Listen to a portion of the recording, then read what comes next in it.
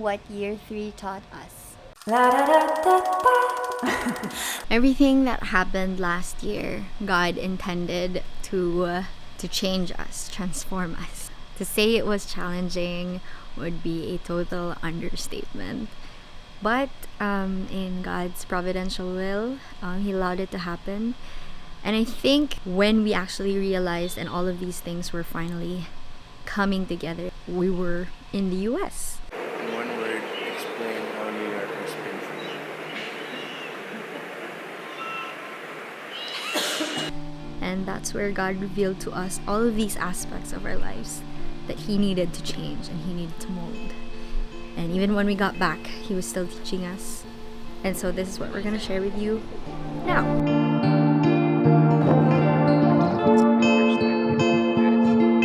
Year 3 re-examined 3 things in our life and marriage.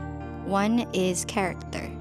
God molded our character unlike the years before, and we discovered that there was still so much self and pride in us. We weren't getting along in year 3 because we were so focused on how we were feeling rather than what our spouse was going through. Even though we were together all of the time, it seemed like we had different personal struggles that we couldn't even figure out ourselves, and much less talk about it with our spouse. But God exposed that and used all circumstances to make us a better Christian and a better spouse.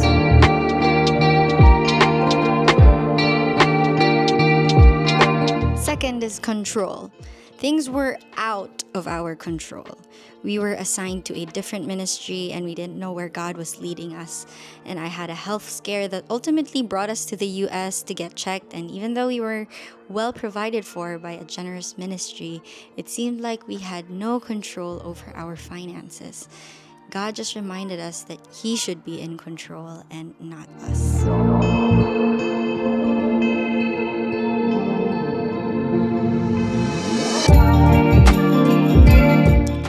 Third is calling. Something really tested our calling in the full-time ministry. We went through a very dark time in our local church and it stretched out for over a year. But little by little, God was revealing the motives of the hearts of everyone, including ours. Because we were already thinking of moving to a different calling, different ministry, different location. And this trial made us question if we were still called in the local church. For the first time, we weren't experiencing issues in the church as pastors' kids, but as a pastor and a pastor's wife. And boy, was God's grace so powerful. Because looking back, we could not have withstood the false accusations, deception, and disrespect. But that made us even more sure. We are called to the local church, no matter what. No matter how ugly, how messy, and how difficult it will get.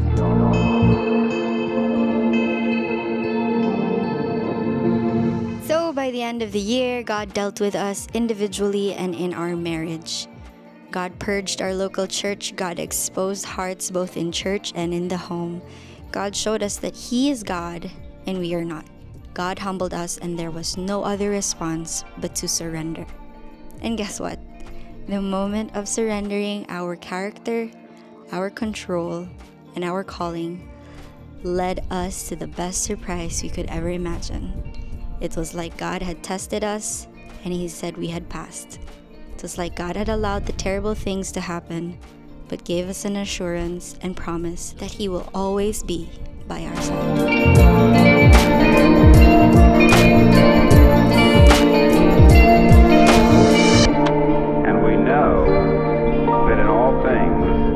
God works for the good of those who love Him, who have been called according to His purpose. For those God foreknew, He also predestined to be conformed to the likeness of His Son, and that He might be the firstborn among many brethren. And those He predestined, He also called. And those He called, He also justified. And those He justified, He also glorified.